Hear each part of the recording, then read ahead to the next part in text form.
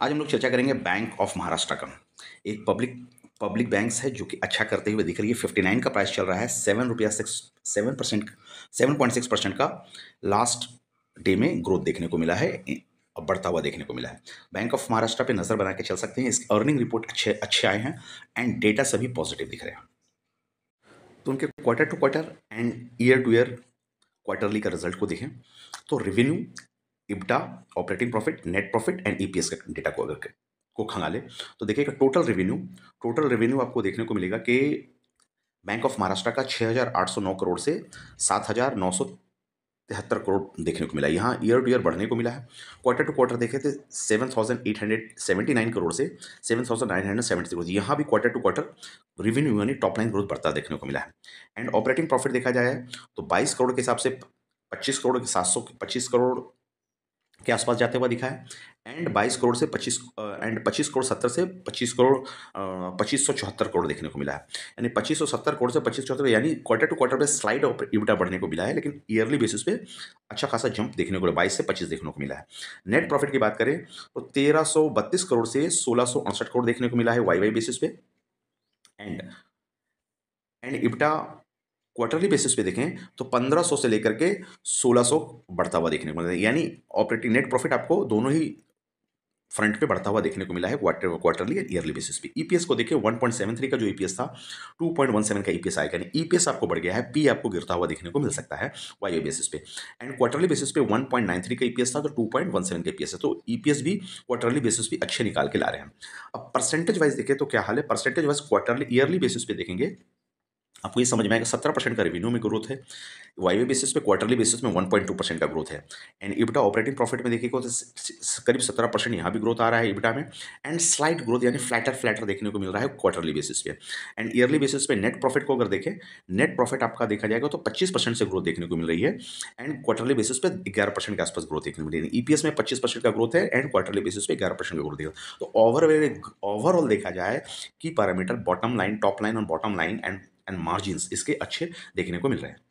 थोड़ा सा डिटेल अगर समझे, नेट इंटरेस्ट के थ्रू इनकम कितना आ रहा है। इंटरेस्ट से इनकम देखेंगे तो वाई बेसिस पे हमारा 15.71% आ रहा है। यानी ये वाई बेसिस पे 15.71 का ग्रोथ देखने को मिला नेट इंटरेस्ट इनकम से। Q2 FY 26 का Q2 FY 25 से कंपेरिजन करेंगे तो 2,807 करोड़ का आ रहा था, जो अभी बढ़ करके 3,248 करोड़ का आ रहा है। ये NIN तो अच्छा निकल के आ रहे हैं। दूसरे बैंकिंग स्टॉक में देखा जाता है net interest income plus other income, यानी इंटरेस्ट सर्विसेज को छोड़ दिया जाए तो इंटरेस्ट के through income on other incomes कितने आ रहे हैं। तो वहां पर अगर देखेंगे तो 13.73% के हिसाब से आता है। तो ग्रोथ ठीक ठाक दिख रहा है बैंकिंग सेक्टर के अकॉर्डिंग। यहाँ पर भी नेट इंटरेस्ट इनकम भी ठीक ठाक आ रहे हैं इनके। थर्ड चेकलिस्ट है कॉस्ट ऑफ इनकम रेशियो, यानी जो इनकम कर रहे हैं उस पर कॉस्ट कितने खर्चा कर रहे हैं। तो वहां देखेंगे तो ये रिड्यूस हुआ है, जो कि अच्छी चीज़ है। 37.10% आ रहे हैं। और जो इंप्रूव होने के बाद जो पहले थे Q2 FY 25 के अनुसार 38.81 थे। तो यहाँ भी इंप्रूवमेंट देखने को मिली है। बैंकिंग के लिए सबसे इंपॉर्टेंट रेशियो होता है रिटर्न ऑन एसेट। एसेट तो करोड़ तो नहीं हो रहा था, एसेट आपका डे बाय डे इंप्रूव हो रहा है। यहाँ 1.82 का रिटर्न ऑन एसेट निकाल रहे हैं, जो कि पहले 1.17 का हुआ करता था। तो यहाँ से भी आपको इंप्रूवमेंट वाई बेसिस पे देखने को मिला है। तो प्रॉब्लम्स कुछ कहाँ है। प्रॉब्लम्स थोड़े से स्लाइड देख सकते हैं कि आरओई पे फर्क पड़ रहा है इनका, अर्निंग के कारण, इनके ईपीएस के कारण। आरओई पे क्या फर्क पड़ रहा है, 22.58 का आरओई निकल के आ रहा है Q2 FY 26 में, जो कि करीब करीब आपको देखा जाए तो 26% था करीब Q2 FY 25 में। यानी 3% की गिरावट देखने को मिल रही है रिटर्न ऑन इक्विटी पे।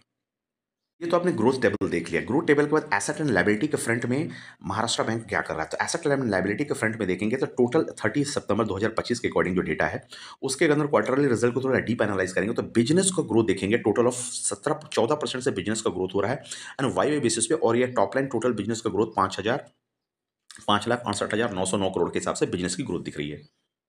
नेक्स्ट क्वेश्चन है डिपॉजिट आ रहे हैं क्या, आपके पास पैसे में पैसा जमा हो रहा है क्या और किस रेट से बढ़ रहा है वो। देखिए डिपॉजिशन में ग्रोथ देखिए तो 12% के आसपास हो रहा है वाई बेसिस पे। आपको देखने को मिला है कि जो कि 3,09,791 करोड़ का दिख रहा है। टोटल डिपॉजिट इस दर से ग्रोथ हो रहे हैं। देन एडवांस, आप जो लोन दे रहे हैं वो किस हिसाब से ग्रो हो रहा है। 12% से आप डिपॉजिट पैसा आ रही है, आप लोन दे रहे हैं 16%, 16.83% से वाई हिसाब से। तो आपने लोन देने की दर भी आपने कंटिन्यू बढ़ी है। तो आपके पैसे, नेट पैसे आपके आते हुए बैंक में देखने को मिल रहे हैं। यानी एडवांस जो लोन दे रहे हैं वो ज़्यादा बढ़ता हुआ देखने को मिला है। देन बिजनेस की अगर डिटेल देखें, रिटेल, एग्रीकल्चर एंड एसएमई के हिसाब से देखें तो बिजनेस में ग्रोथ करीब 17% के हिसाब से वाई बेसिस पे देखने को मिला है। यानी लोन कहाँ बाँट रही है, रिटेल को माँग रही, एग्रीकल्चर को माँग रही है, दे रही है और एसएमई को दे रही है। थोड़ा देखा जाए तो रिस्की जोन एसएमई को लोन देना है, थोड़ा-सा रिस्की है एंड एग्रीकल्चर लोन भी थोड़ा-सा रिस्की है। रिटेल लोन तो ठीक है, रिटेल लोन को भी देख रहे हैं, थोड़ा-सा यहाँ पे लोन का जो पैटर्न है ना बैंक ऑफ महाराष्ट्र का, थोड़ा-सा रिस्क तो दिख रहा है, लेकिन रिस्क के बाद भी ये प्रॉफिट लेके आ रही है, नेट प्रॉफिट पॉजिटिव रख रही है और उसमें ग्रोथ देखने को मिल रहा है। एक अच्छी चीज़ बोल सकते हैं रिस्क पैटर्न के बावजूद भी। देन आते हैं capital adequacy ratio. Capital adequacy ratio की देखेंगे तो आपको इंप्रूव होते हुए देखने को मिला है। 18.13% कैपिटल एडिक्वेसी रेशियो आ रहा है tier total based of three total based of tier 3 में कैपिटल एडिक्वेसी रेशियो। अब CAT 1 के हिसाब से देखेंगे तो पहले हमारा 14% का कैपिटल एडिक्वेसी रेशियो था, जो कि 18% आता हुआ देखने को मिला है। अब आते हैं हम बैलेंस शीट पे। बैलेंस शीट का मतलब एसेट क्वालिटी की तरफ आते हैं, जो कि बैंकिंग का सबसे मेन इंपॉर्टेंट होता है। एनपीए, ग्रॉस एनपीए देखिए डिक्लीन हुई है। 1.72% का ग्रॉस एनपीए एज ऑन 39/2025 के अगेंस्ट आता था, जो कि आपका 24 के हिसाब से डेटा देखेंगे तो 1.82 था। ग्रॉस एनपीए आपको स्लाइडली डिक्रीज होता हुआ देखने को मिला है, जो एक अच्छी चीज़ है। देन नेट एनपीए कहाँ, किस पोजीशन पे? तो नेट एनपीए भी बैंक ऑफ महाराष्ट्र एक प्राइवेट बैंक होने के बावजूद भी नेट एनपीए भी अच्छा निकाल के ला रही है। 0.18 का है, जो कि 0.20 से डिक्रीज होता है। नेट एनपीए भी आपका डिक्रीज होता हुआ देखने को मिला है। देन नेट एनपीए के लिए जो प्रोविजनिंग रखते हैं, प्रोविजनिंग, तो उसके कवरेजेस देखेंगे तो 98% प्रोविजनिंग कवरेज आ रहे हैं। यानी एनपीए वाले भी चीज़ों में प्रोविजनिंग कवरेज 98.31% आ रहा है, जो कि आपको इंप्रूव होता हुआ देखने को, थोड़ा स्लाइड बोला जाए तो डाउन हुआ है। पिछले के हिसाब से 98.36 था, अभी 98.34 आ रहा है। स्लाइड 2.02 बेसिस पॉइंट से 2 बेसिस पॉइंट से आपको डिक्रीज देखने को मिला है। बैंक की टोटल कोविड-19 बैंक होल्ड कम्युलेटिव कोविड-19 प्रोविजनिंग के हिसाब से अगर देखा जाए तो 1200 करोड़ की करीब प्रोविजनिंग आ रही है। 31 सितंबर 2025 के अकॉर्डिंग 1200 के आसपास पे ऐसा फंड है जो कि प्रोविजनिंग के हिसाब से देखने को मिल रहा है इनका।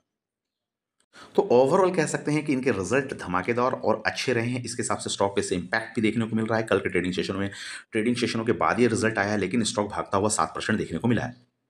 अब आते हैं क्विक फंडामेंटल की तरफ। तो बैंक ऑफ महाराष्ट्र एक बैंकिंग सेक्टर से है, बैंकिंग से आ रही है और इसमें ग्रोथ पोटेंशियल के हिसाब से देखें तो हाई वॉल्यूम हाई गेन के हिसाब से देखेंगे तो 107 मिलियन का वॉल्यूम कल आता हुआ देखने को मिला है। एंड स्टॉक की पोटेंशियल के हिसाब से देखें तो फंडामेंटल स्ट्रॉन्ग दिख रहा है, वैल्यूएशन में अंडर वैल्यूड दिख रहा है, मोमेंटम इसमें आता हुआ, यानी तीनों पैरामीटर में चेकलिस्ट में ये पास होते हुए दिख रही है। वैल्यूएशन के अकॉर्डिंग देख सकते हो अच्छे अंडर वैल्यूड स्टॉक है। 107% इन राइट नाउ वैल्यूएशन के रडार पे हैं। तो यहाँ बोल सकते हैं कि अच्छे वैल्यूएशन के अगर बैंकिंग स्टॉक खोज रहे हैं तो ये आपके स्टॉक अच्छे हो सकते हैं। इसको वॉच लिस्ट में ऐड करके आप देख सकते हैं। स्ट्रेंथ वाइज देखें तो 44 स्ट्रेंथ है, 1 वीकनेसेस है, थ्रेड 1 है एंड अपॉर्चुनिटीज 5 है। चेकलिस्ट वाइज देखें तो आउट ऑफ 26 में 20 चेकलिस्ट पास करते हुए दिख रही है। ये 46% पासिंग चेकलिस्ट यानी हाई रेंज के हिसाब से ही आ रहा है। फंडामेंटली देखें तो करीब करीब 45,000 का मार्केट कैप आ रहा है, तो बहुत ज़्यादा बैंकिंग स्टॉक के हिसाब से बड़ा, बहुत हेवी मार्केट कैप तो नहीं बोलेंगे। पी मीडियम पे आ रहा है, 7.5 का पी है। प्राइस टू बुक 1.7 था, बुक वैल्यू भी कंट्रोल में है। नेक्स्ट डिविडेंड यील्ड देखिए, डिविडेंड 2.5% का डिविडेंड यील्ड है, तो डिविडेंड यील्ड भी कुछ ना कुछ बैंक्स दे रही है, तो इस हिसाब से भी अच्छा है। पीजी 0.3 का आ रहा है, कंट्रोल में है। रेवेन्यू 27,000 करोड़ का करीब रेवेन्यू कमा रही है, यानी यूँ बोल सकते हैं market cap to revenue sales बोलेंगे, यानी प्राइस टू सेल्स आपको बोल सकते हैं 2 का आता हुआ दिख सकता है। नेट प्रॉफिट की बात करें तो नेट प्रॉफिट करीब 22,000 में 6,000 के आसपास नेट प्रॉफिट कर रही है, तो नेट प्रॉफिट भी अच्छा कमा रही है और नेट प्रॉफिट आपको इंक्रीज होता हुआ देखने को मिला है। Cash from the operation activity से पॉजिटिव है और नेट प्रॉफिट से बड़ा है, लेकिन लास्ट ईयर के अकॉर्डिंग ये डिक्रीज हुआ है, तो ये चीज़ देख सकते हैं। बट ओवरऑल देखा जाए तो कैश फ्रॉम द ऑपरेशन से पॉजिटिव रिजल्ट आ रहे हैं। 7,627 करोड़ रुपये पॉजिटिव है। आरओई क्या आ रही? आरओई 20 की आ रही, 20 के हिसाब से 6% लास्ट ईयर के अकॉर्डिंग डिक्रीज हुआ, और हमने भी बोला था कि आरओई इनके डिक्रीज होते हुए देखने को मिले, but ROE at the list आपको 20% के ऊपर दिख रहा है। आरएसआई क्या कहता है? आरएसआई कह रहा है कि 73 का है, एमएफआई 76 का है एंड मोमेंटम देख सकते हैं 2.6 का है, तो यानी देखा जाए तो बीटा वॉलेटिलिटी इसके अंदर ज़्यादा थोड़ी देखने को मिल रही है। एंड टेक्निकल लेवल पे देखा जाए तो स्मॉल मूविंग एवरेज 20, 50 और 200 के सभी क्रॉस कर चुके हैं, उस हिसाब से ये मोमेंटम में स्टॉक दिख रहा है। सपोर्ट एंड रेजिस्टेंस की बात करें तो 58.58 का है एंड रेजिस्टेंस 61.2 का देखने को मिल सकता है एंड सपोर्ट 56 का, तो 56 के सपोर्ट के लिए जो स्टॉक को आप देख सकते हैं। फाइनली आते हैं होल्डिंग पैटर्न। होल्डिंग पैटर्न आपको कैसा दिख रहा है? तो होल्डिंग पैटर्न के अकॉर्डिंग देखें तो प्रमोटर 76% यानी गवर्नमेंट के हिसाब से देखा जाए तो इनके हिसाब में स्टेक 76 का है तो 79 का है, तो एक अच्छा खासा होल्डिंग है, जो कि अगर बोला जाए तो 75% और 4% ये रिड्यूस कभी भी कर सकती है। उस हिसाब से थोड़ा सा कंसेंट यहाँ बनता हुआ दिख रहा है। अदर इंस्टीट्यूशनल 8% के हैं, पब्लिक 8% है, एफ 2% है, म्यूचुअल फंड 1%। तो पब्लिक देखिए बहुत ज़्यादा टूट फूट के इस स्टॉक पे नहीं है। उस हिसाब से देख सकते हैं कि अच्छी चीज़ें हैं। थोड़ा-सा स्मॉल रिटेल इन्वेस्टर्स जैसे यहाँ पे कम देखने को मिल रहे हैं। एक अच्छी चीज़ यहाँ बोल सकते हैं, एफआईज़ और सभी पैटर्न पे सभी लोगों का प्रेज़ेंट इस स्टॉक में दिख रहा है। ओवरऑल वही फाइनली ब्रोकरेज हाउस क्या कह रहे हैं, फंड के टारगेट क्या दे रहे हैं? ₹66 का टारगेट दिखाया जा रहा है, 11% का अपसाइड का पोटेंशियल है, 3 लोग बाय कर रहे हैं, सेल और होल्ड में कोई नहीं है। तो यहाँ अप ट्रेंड आता हुआ दिख सकता है। ₹66 टारगेट के लिए स्टॉक को वॉच लिस्ट में ऐड कर सकते हैं। This is my personal opinion, बस ब्रोकरेज हाउस की जो ओपिनियन थी वो हमने डाल दिया, आप तो देख सकते हैं। ये स्टॉक अच्छा कर रहा है, रिजल्ट अच्छे हैं और अभी भी आपको भागता हुआ स्टॉक ये दिख सकता है। Thank you friend. थोड़ा-सा भागने में क्या है तो स्टॉक को नहीं पकड़ें, थोड़ा-सा इत्मीनान से पकड़ें, ठंडे होकर पकड़ें स्टॉक को। स्टॉक अच्छा दिख रहा है तो तुरंत में भाग के फिर कंसोलिडेशन में आ सकता है। उस हिसाब से देख सकते हैं, वॉच लिस्ट में ऐड करके इसको वॉच कीजिए और थोड़ा और वैल्यूएशन, चूँकि 7% भागा है, अगर आपको 7% में मिल सकता है तो आप देख लीजिए छोटे क्वांटिटी के लिए। But this is my personal opinion. आपको कोई बाय और सेल्स का रिकमेंडेशन इस चैनल पे नहीं है, उस हिसाब से हमारा ये डिस्क्लेमर है। एंड दूसरा चीज़ क्या है कि इसको चैनल को लाइक करें, सब्सक्राइब करें, शेयर करें और इस तरह के वैल्यूएबल इन्फॉर्मेशन के लिए चैनल के बेल की घंटी को बजाएं। थैंक यू फ्रेंड, मिलते हैं अगले वीडियो में।